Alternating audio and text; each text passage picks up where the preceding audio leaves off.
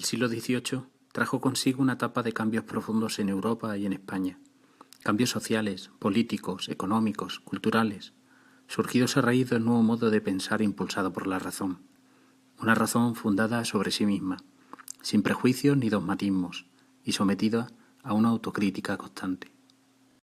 La Ilustración, como así se llamó al movimiento intelectual que canalizó este cambio de pensamiento, sostenía que sólo a través del conocimiento se podía combatir la ignorancia, la superstición y la tiranía, con el fin de conseguir un mundo mejor, más libre y más justo. Pero esta nueva mentalidad, que buscaba la igualdad entre seres humanos, no quiso profundizar en cuestiones de género. Hombres y mujeres seguían entendiéndose como seres diferenciados, y así quedó de manifiesto en la Declaración de los Derechos del Hombre y del Ciudadano, aprobados en plena Revolución Francesa el 26 de agosto de 1789. Esta marginación de la mujer, a la que no se le permitió formar parte activa del nuevo Estado liberal, actuó como detonante para la aparición de un incipiente pensamiento feminista. Prueba de ello es la Declaración de los Derechos de la Mujer y la Ciudadana, texto redactado y publicado por la escritora y filósofa francesa Olympe de Gouges en 1791 como contrapunto al manifiesto anterior, un gesto por el que sería condenada a muerte por guillotina el 3 de noviembre de 1793. Fue de este modo como la Ilustración, sin pretenderlo, se convirtió en el germen del movimiento feminista, un germen que se desarrollaría y comenzaría a dar sus frutos durante las revoluciones de mediados del siglo XIX y principios del siglo XX, en el que las mujeres, americanas y europeas, alzaron sus voces para reclamar su derecho al voto, su derecho a ser escuchadas, su derecho a poder subir también a la tribuna tal y como soñó Olympe.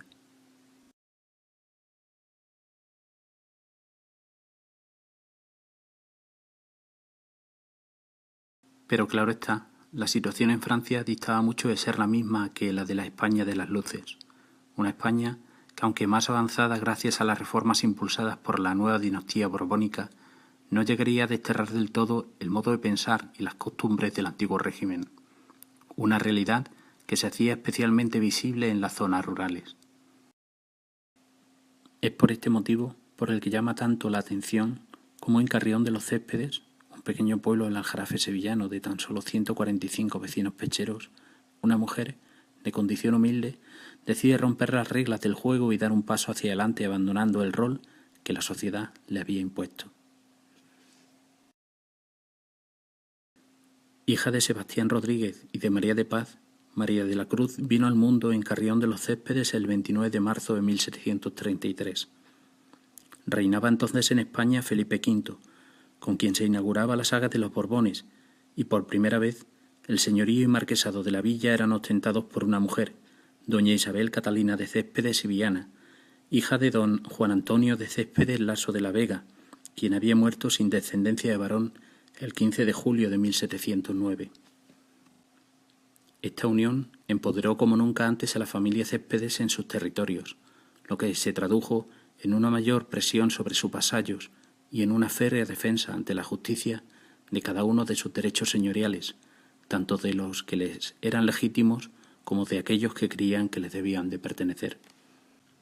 Esta situación de inusitado sometimiento tendría en Carrión una tímida contestación popular que se hizo visible de manera especial en diciembre de 1739. El día 20 de ese mes,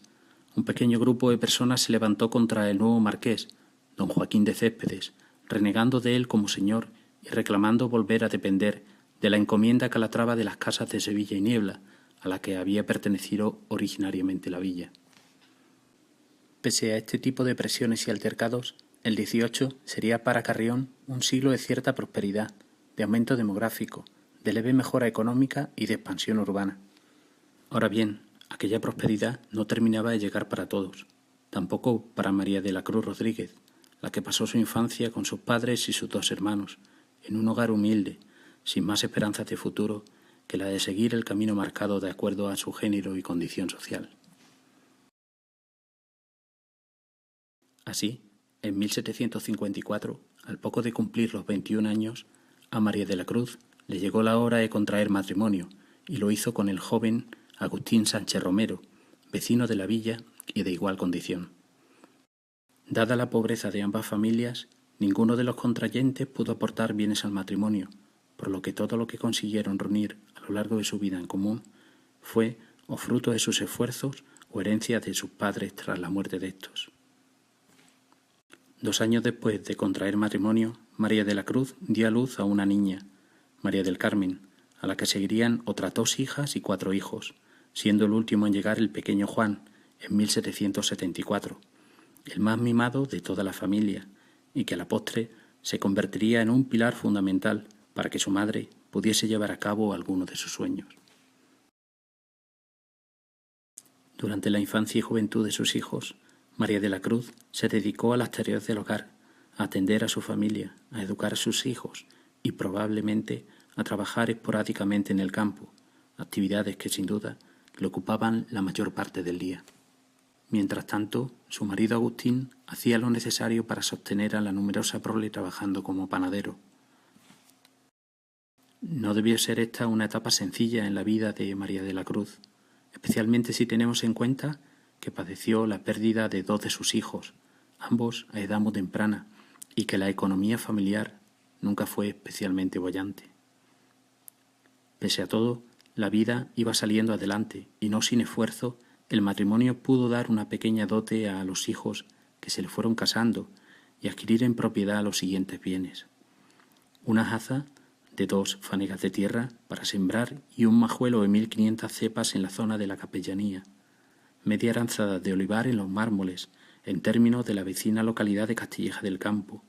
2 caballos y especialmente una casa en la calle Faldriquera, hoy Ramírez Cruzado, en la que residía la familia. En ella vivía el matrimonio con sus hijos, cuando en 1783 la muerte se hizo de nuevo presente, llevándose con ella a Agustín y dejando a María de la Cruz viuda. Fue este el triste detonante que hizo cambiar su vida por completo.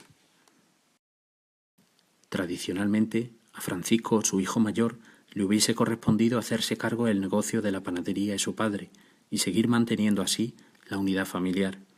Pero Francisco ya estaba comprometido con la joven Nicolasa Fernández, con la que habría de formar su propia familia.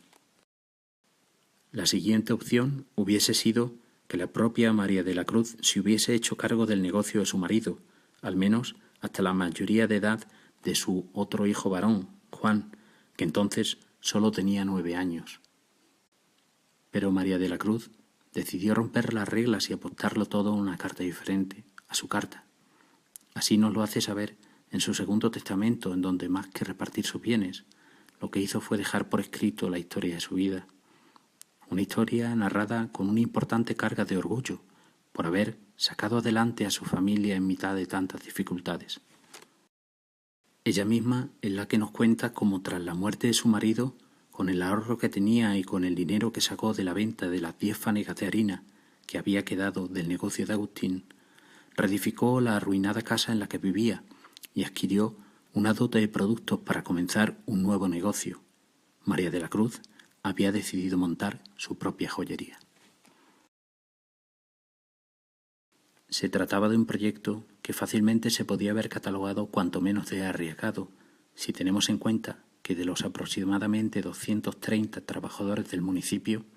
200 eran jornaleros, que cobraban el mísero salario de 2 reales diarios. Pero María de la Cruz hizo posible lo imposible y sacó adelante el negocio teniendo como sede su propia casa de la calle Faldriquera de Carrión, publicitando su negocio y atrayendo a clientes de otras localidades. Con los beneficios de la tienda y con los pocos ahorros que aún le quedaban del negocio de su marido, María de la Cruz amplió y mejoró como pudo el patrimonio familiar, y así ella misma nos cuenta que adquirió un corral en la calleja de la Huerta, que plantó de cepas la zona despoblada de su anjuelo y que costeó los ajuares de los 2 hijos que aún le quedaban por casar, Isabel y Juan. Este último y su mujer, Teresa Rivera, jugaron un papel fundamental en la vida de María de la Cruz. El primero, porque siempre se encargó de poner en producción la tierra, el olivar y la viña de su madre, sacando así un beneficio extra que María de la Cruz empleaba en su joyería. Y la segunda, porque mientras María de la Cruz atendía la joyería, ésta se ocupaba de las tareas del hogar, un hogar común para los tres, ya que Juan y Teresa habían decidido quedarse a vivir con ella y ampliar allí su familia. Por su parte, Juan desempeñaba además para su madre las labores no remuneradas de viajante, ya que cuando su trabajo de jornalero se lo permitía, iba y venía a Sevilla a fin de surtir la joyería de su madre con nuevos productos. En 1797, María de la Cruz cayó gravemente enferma y, sintiendo que podía llegar la hora de su muerte, redactó a toda prisa un testamento. Pero esta vez le tocaba ganar y pudo reponerse. De este modo, una vez recuperadas las fuerzas, la vida siguió adelante y su trabajo en la joyería continuó dando sus frutos hasta el punto de que las ganancias aumentaron. Así nos lo hace saber ella misma en su segundo testamento, redactado solo 5 años más tarde, el 27 de septiembre de 1802. Es en este documento donde, como antes decíamos, María de la Cruz hace un repaso consciente, pausado y meditado de su vida, mostrándonos a través de él su carácter constante, su capacidad de lucha y sufrimiento, sus miedos, sus anhelos, el amor a sus hijos y la felicidad de quien llegó a sentirse verdaderamente realizada.